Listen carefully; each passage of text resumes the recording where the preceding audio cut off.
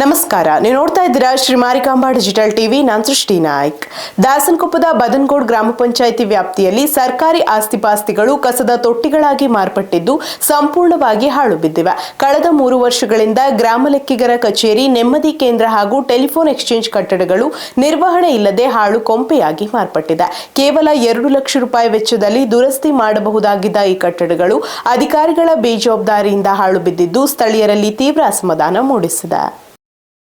ಹೌದು, ದಾಸನಕೊಪ್ಪದ ಬದನಗೋಡ್ ಗ್ರಾಮ ಪಂಚಾಯತ್ ವ್ಯಾಪ್ತಿಯಲ್ಲಿ ಸರ್ಕಾರಿ ಸ್ವತ್ತುಗಳು ದುರಸ್ತಿ ಇಲ್ಲದೆ ಹಾಳಾಗುತ್ತಿವೆ. ಕಳೆದ 3 ವರ್ಷಗಳಿಂದ ಬದನಗೋಡಿನ ಗ್ರಾಮ ಲೆಕ್ಕಿಗರ ಕಚೇರಿ, ನೆಮ್ಮದಿ ಕೇಂದ್ರ ಹಾಗೂ ಟೆಲಿಫೋನ್ ಎಕ್ಸ್ಚೇಂಜ್ ಕಟ್ಟಡಗಳು ಯಾವುದೇ ಬಳಕೆ ಇಲ್ಲದೆ ಹಾಳು ಬಿದ್ದಿವೆ. ಕೇವಲ 2 ಲಕ್ಷ ರೂಪಾಯಿ ವೆಚ್ಚದಲ್ಲಿ ಇವುಗಳನ್ನು ದುರಸ್ತಿ ಮಾಡಿದರೆ ಇವತ್ತು ಈ ಗ್ರಾಮ ಪಂಚಾಯಿತಿ ಕಟ್ಟಡಗಳು ಸಾರ್ವಜನಿಕರ ಸೇವೆಗೆ ಲಭ್ಯವಿರುತ್ತಿದ್ದವು. ಆದರೆ ಈಗ ಅಲ್ಲಿ ಕಸದ ರಾಶಿ ಬಿದ್ದಿದ್ದು ಇಡೀ ಆವರಣ ಗಬ್ಬು ನಾರುತ್ತಿದೆ. ಇಷ್ಟೇ ಅಲ್ಲದೆ ಹಿರಿಯರು ಕಷ್ಟಪಟ್ಟು ಕಟ್ಟಿಸಿದ ಕಲ್ಯಾಣ ಮಂಟಪವನ್ನು ಸಹ ಹಾಳು ಮಾಡಲಾಗಿದೆ ಎಂಬ ಗಂಭೀರ ಆರೋಪ ಕೇಳಿಬಂದಿದೆ.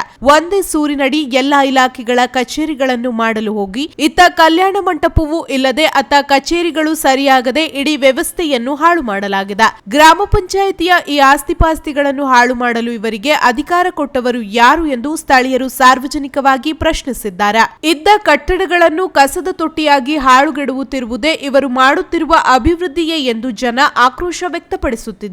ಈ ಕುರಿತು ಸಾಮಾಜಿಕ ಕಾರ್ಯಕರ್ತ ಉಮಾಕಾಂತ್ ಬೆಳ್ಳನ್ಕೇರಿ ತೀವ್ರ ಆಕ್ಷೇಪ ಎತ್ತಿದ್ದು, ಹಿರಿಯರು ಕಟ್ಟಿದ ಆಸ್ತಿಗಳನ್ನು ಹಾಳು ಮಾಡುತ್ತಿರುವ ಅಧಿಕಾರಿಗಳನ್ನು ಕೇಳುವವರು ಯಾರೂ ಇಲ್ಲವೇ ಎಂದು ಪ್ರಶ್ನಿಸಿದ್ದಾರೆ. ಸದ್ಯ ಈ ಕಟ್ಟಡಗಳ ದುಸ್ಥಿತಿಯ ದೃಶ್ಯಗಳು ಸಾಮಾಜಿಕ ಜಾಲತಾಣಗಳಲ್ಲಿ ವೈರಲ್ ಆಗುತ್ತಿದ್ದು, ಸಂಬಂಧಪಟ್ಟ ಅಧಿಕಾರಿಗಳು ತಕ್ಷಣ ಎಚ್ಚೆತ್ತುಕೊಂಡು ದುರಸ್ತಿ ಕಾರ್ಯ ಕೈಗೊಳ್ಳಬೇಕಿದೆ.